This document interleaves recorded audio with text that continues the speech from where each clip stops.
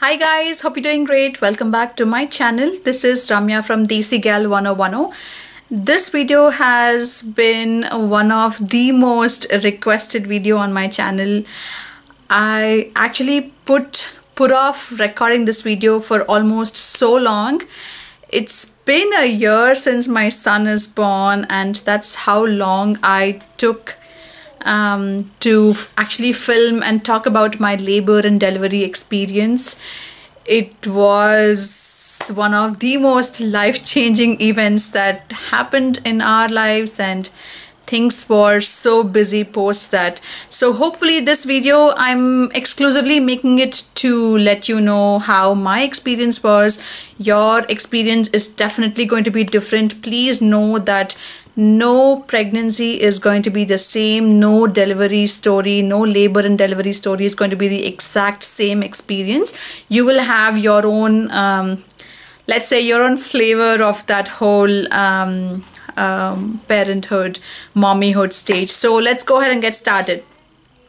So we got pregnant in February 2017, and October 9th was the expected due date for our baby boy, Rishan Krishna.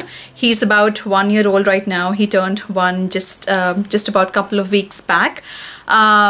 So my entire pregnancy I had severe nausea. I wasn't able to film that many follow-up videos for my pregnancy. That was definitely the plan, but I was not able to see through that plan because I have a 3-hour commute every single day to San Francisco downtown, and coming back with a young baby. My parents left early. We enrolled him in a home-based daycare. It was very, very chaotic to manage a young baby post that much travel to work back and forth. So October 9th was the due date. I was very, very active through my entire pregnancy. I used to walk a lot. I used to eat good food. I was on the brink of getting gestational diabetes, but I was not luckily diagnosed with it. So that was a huge relief because I didn't have to have additional diet restrictions as such. So October 9th was the due date. I was 36 weeks, and 36 weeks I had my checkup with my gynecologist, with my OBGYN here in Fremont. And the doctor did a cervical check. The cervical check itself was so painful. Oh my god, I can't even explain how it is. If you have done a pap test is nothing when you compare to a cervical check when the OBGYN is checking how much you have dilated. So around 36 weeks the baby dropped. Rishan dropped a lot. The gynecologist was able to feel his head, but she said my cervix was still very, very tight, and 40 weeks, if she still didn't see any changes, she would go ahead and schedule a cervical ripening in my case. So now because I was so super active in my pregnancy, I thought the baby will drop, my water will break, I'll have those pains that come and go in regular times, and then my active labor is going to start. But mine was totally different on the other side of the spectrum. Oh, if you haven't already, please grab a snack or a drink. This is going to be slightly on the longer side, so just letting you know. So around 40 weeks, we had a check, which was on October 9th. We had a check and no changes. So at that point of time, October 16th was the day I was going to be 41 weeks. So my gynecologist said that you will have to go to a cervical ripening appointment, and in the meantime, if your water breaks naturally and you go into labor naturally, we can cancel that cervical ripening appointment. So the cervical ripening is basically done in 3 different ways. They can place an oral, they can place a pill at that area to open the cervix a little more, or I think there were a couple of other options, but what I went through was the most painful. So October 16th around 8:30 p.m. I had my cervical ripening appointment. Me, my mom, and my husband Rajneesh, we all went to the doctor facility, to the doctor hospital. They did an analysis of my cervix again, and it was still shut closed. There was no opening whatsoever. So they said they will have to insert Cook catheters to open up the cervix. Now what that meant is they used some kind of a device with which they placed a Cook catheter.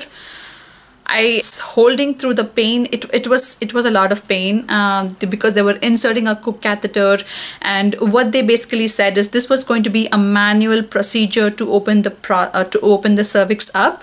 They would use water with tubes inserted, which was hanging down.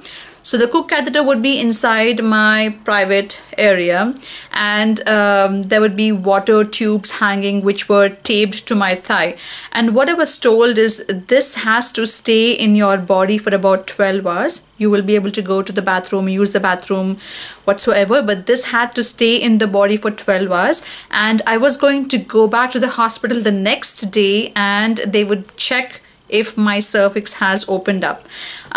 So they inserted the Cook catheter around like maybe 9:30 on October 16th night.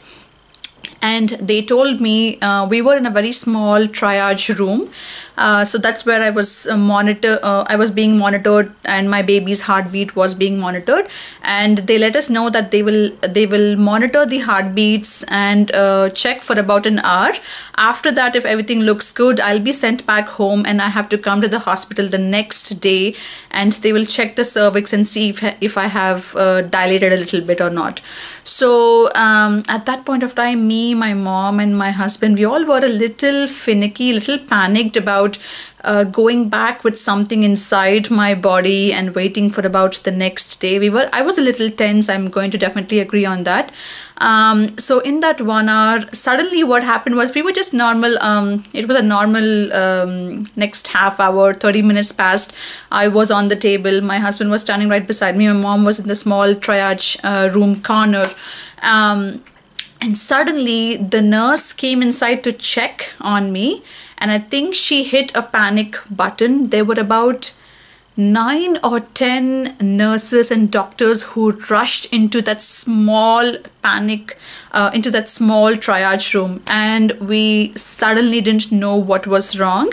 What happened was, with that Cook catheter insertion, I think my baby felt a little scared, and he got sneaky, or something happened, and they were not able to find his heartbeat. It took them at least about 2 or 3 minutes. I lost count of time at that point of time. I just had tears rolling down my eyes because I wasn't sure. I was looking at the doctors' faces and asking them, what happened, what are you searching for? And they said they couldn't find the baby's heartbeat. And at that point of time, they said if this continues and if they cannot find the heartbeat for the next 2 or 3 minutes, I would be wheeled in for an emergency C-section. And I was like, oh my God, I don't care what you do. Open me up, take the baby out, because that's the mood you will be in your labor and delivery, right? You don't care about anything that's going to happen to you. You want the baby safe, healthy, and out. So yeah, that was what was going on in my head emotions wise. Maybe at this point of time I'm losing track. I didn't know if it was 3 or 4 or 5 minutes. They found the heartbeat and they told me, okay, you are not going home tonight. We will keep you in the hospital. You will be admitted right away, and we will go ahead and keep you monitored, and you will soon start your labor. They'll start they'll check on the cervix dilation, and then they will give you Pitocin, and then the routine will start. So October 16th night, 10:30, I got admitted in the hospital, and they were going to check back on me the next morning. And all through that night, Rishan was so sneaky. He would keep moving a lot. They would lose the heartbeat, and then I had several monitors attached on my belly. I was on the side. I used to keep monitoring the screen and check for the heartbeat. That was the only thing I did that entire night. I couldn't catch any winks of sleep. I just was focused on the monitor and trying to listen to the heartbeat. And at this point of time, because the facility had a private labor room, I had my own room, which I didn't have to share with anybody else. So my husband and my mom stayed through the night, obviously, with me. And October 17th, early morning, once the 12-hour time frame to remove the cook catheter and check came in. October 17th morning, the doctor, the nurse I think came in, and the nurse came and checked my cervix again, which was another painful encounter. And she said, I'm sorry, but you have not dilated even a little bit. That was a shock because, yeah, that was a shock. I think my cervix was like completely shut tight. It depends on body to body. So you cannot really, like I mentioned, you cannot really compare your pregnancy or delivery with somebody else. So they checked and they removed the cook catheter, which was so painful. Oh my freaking God. I don't know how I went through that pain. So they removed the cook catheter and they told me that you'll have to have another cook catheter inserted in your body. I was like, oh my God, no way, I'm not getting another cook catheter inserted. Do you have any other options? And that is when the doctor said I could take an oral pill, which will help in the cervix opening. And she said that they will have to check back in 4 hours and see how it has helped me or not.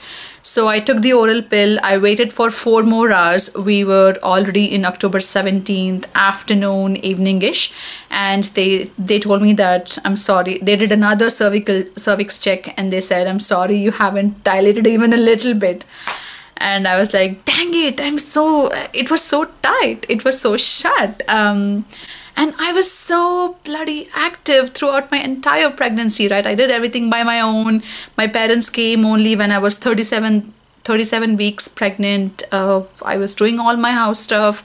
My husband was definitely helping me, of course, but I was walking so much and I thought I'll go in labor just like that. Nature had other plans for me. So October 17th evening of 2017, we had they inserted another cervical, another cook catheter, exact same procedure. And this cook catheter also had to stay in my body for 12 more hours. 12 more hours, I had to get up to pee. I was walking around in that lobby area for the cervix to open a lot.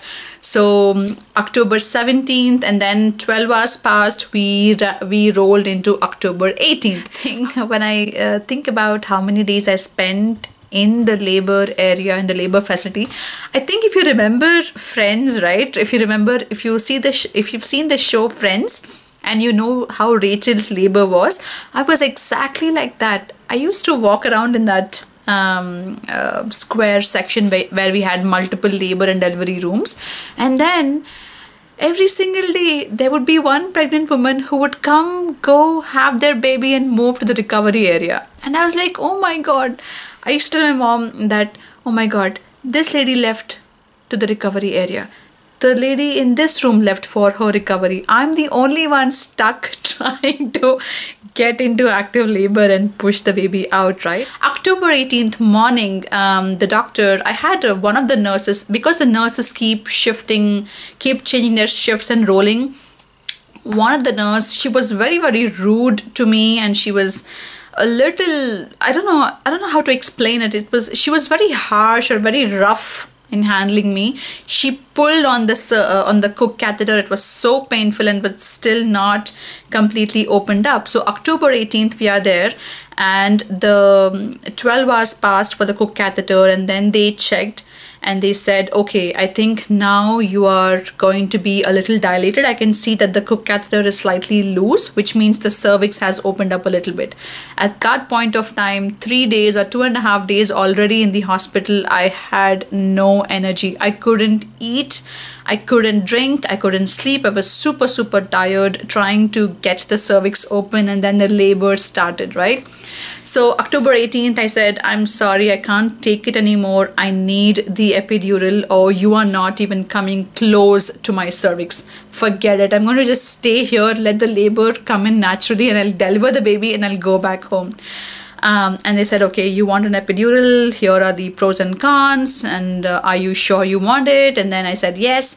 They administer the drug. The epidural is given to a column, like an area in your back. So they gave me the epidural, and then I got numb from waist down. That wasn't my plan. I did not plan on taking an epidural. I wanted to be like go for a natural drug-free birth, but in my case with the Cook catheters, it was a super unexpected twist in my pregnancy and childbirth journey, right? So I opted for the epidural, and October 18th, I think around afternoon, they gave me an epidural. They removed the Cook catheter from my cervix, and that time when they checked, I was 6 centimeters dilated. I'm like, oh my god, yes! So around 6 centimeters, they started me on IV. They gave me Pitocin, the usual drug that they use to induce labor faster. I lost track at this point of time. I think all of this whole process wheeled me into October 19th, I want to say. October 19th morning is when I think I don't remember that much. October 19th is when I was 10 centimeters dilated. So imagine, already 3.5 days have passed trying to get labor kicked in and trying to get to the active labor stage where you can start pushing the baby. So 10 centimeters dilation happened on October 19th, around 2 or 2:30, and I started pushing. When you start pushing, these are the tips that I personally should have used around that time, around my childbirth time frame. They offered a mirror so that you can see how you're pushing, and then you can see the baby's head and you know exactly how to push. I opted for not having a mirror. I regret that. I should have asked them for a mirror when they gave me. 3 or 3:30, when you're pushing, here is where not having epidural will actually help, because you're able to feel the baby's head crowning when the baby's head is coming in. It will give you more body control.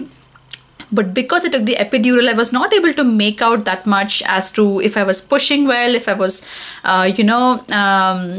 giving enough strength for the push.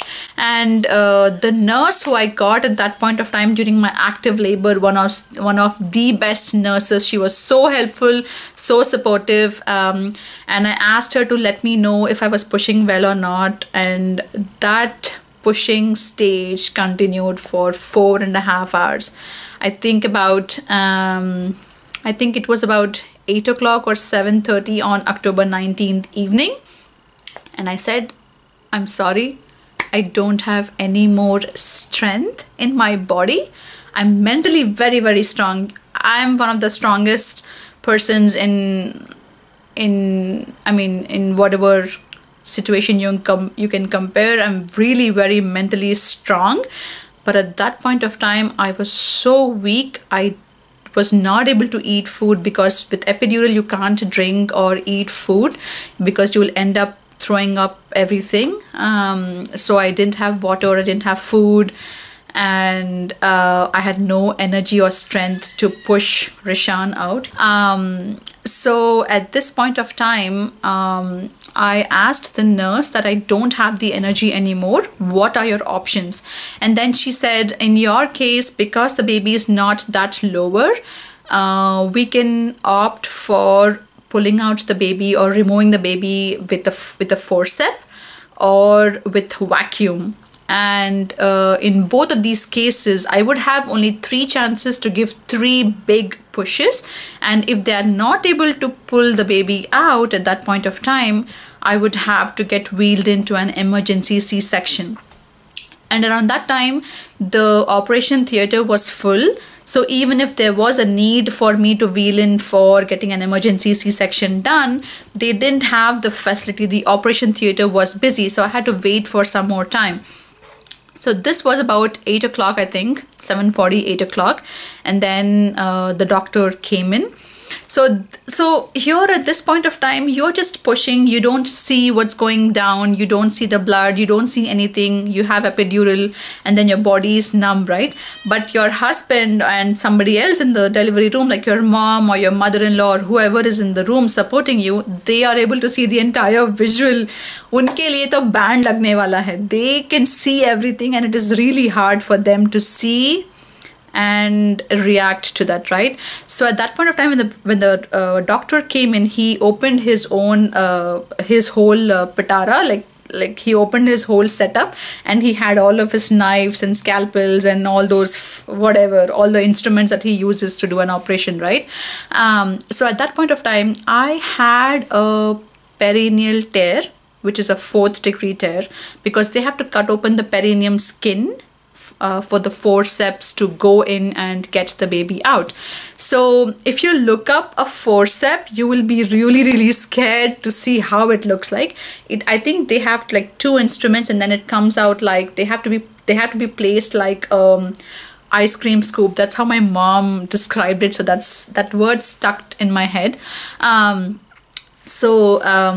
a minute, the ice cream scoop, or the handle that he got, the forceps handle, was almost like this big, and within seconds, I think the entire instrument was inserted in my body, and I was asked by the doctor to give 3 big pushes, 3 pushes, one of my best, strongest 3 big pushes. Oh my god, it's like you have to push the way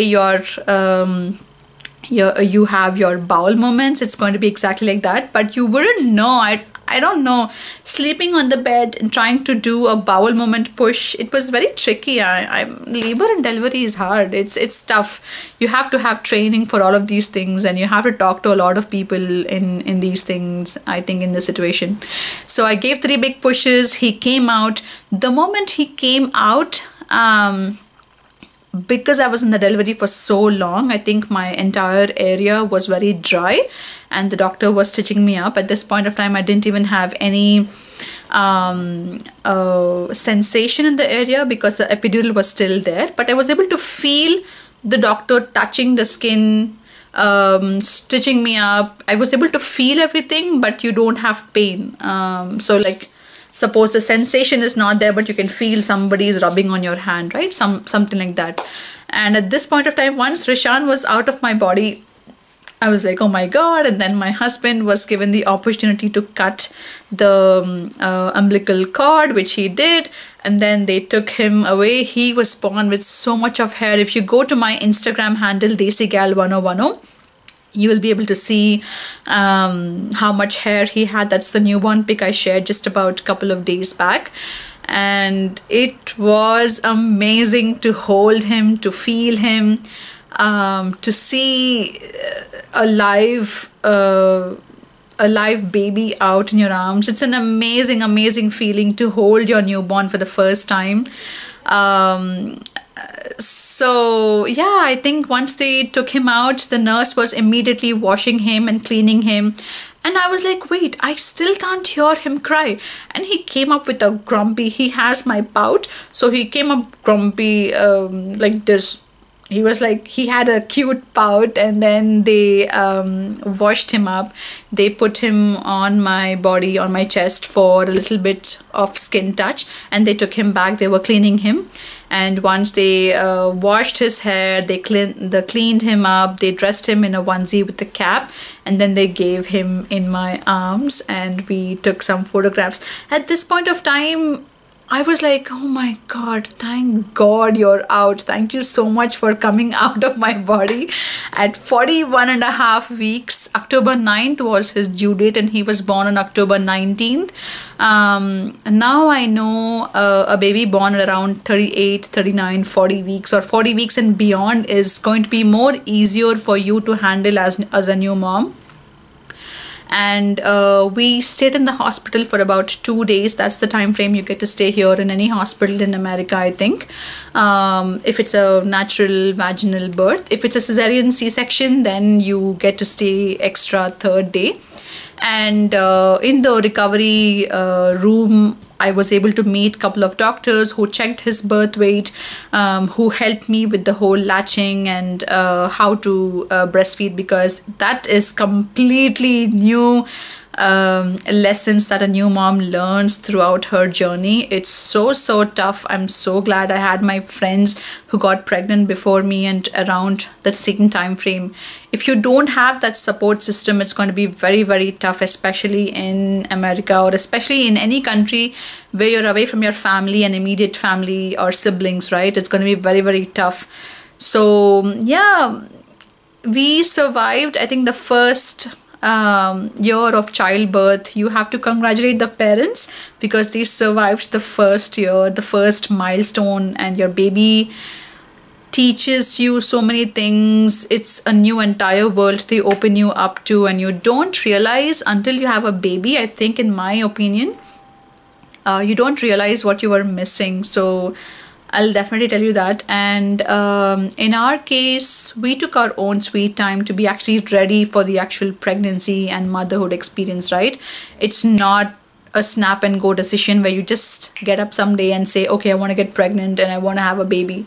It is going to be life-changing. It is going to be so challenging sometimes and so overwhelming that you will be tired, exhausted, and you'll be cranky. I'll do a follow-up video on post delivery care and maybe breastfeeding tips and techniques, what worked for me, and how to increase your milk supply and how to sustain that. So hopefully that video also will help you. This is basically my labor and delivery story. My baby took his own sweet time, and you can't control these things, and I'm so glad that everything went well and we have a healthy, happy baby who is active, very energetic, and very sweet. So yeah, I hope you found this video helpful. Thank you so much for all the requests. I hope this video definitely helped you. If you have any questions, definitely directly message me on Instagram, because I feel Instagram is more easier to chat than a comment on YouTube. So please look up my handle. It's the same exact name as my YouTube channel, Desigal1010.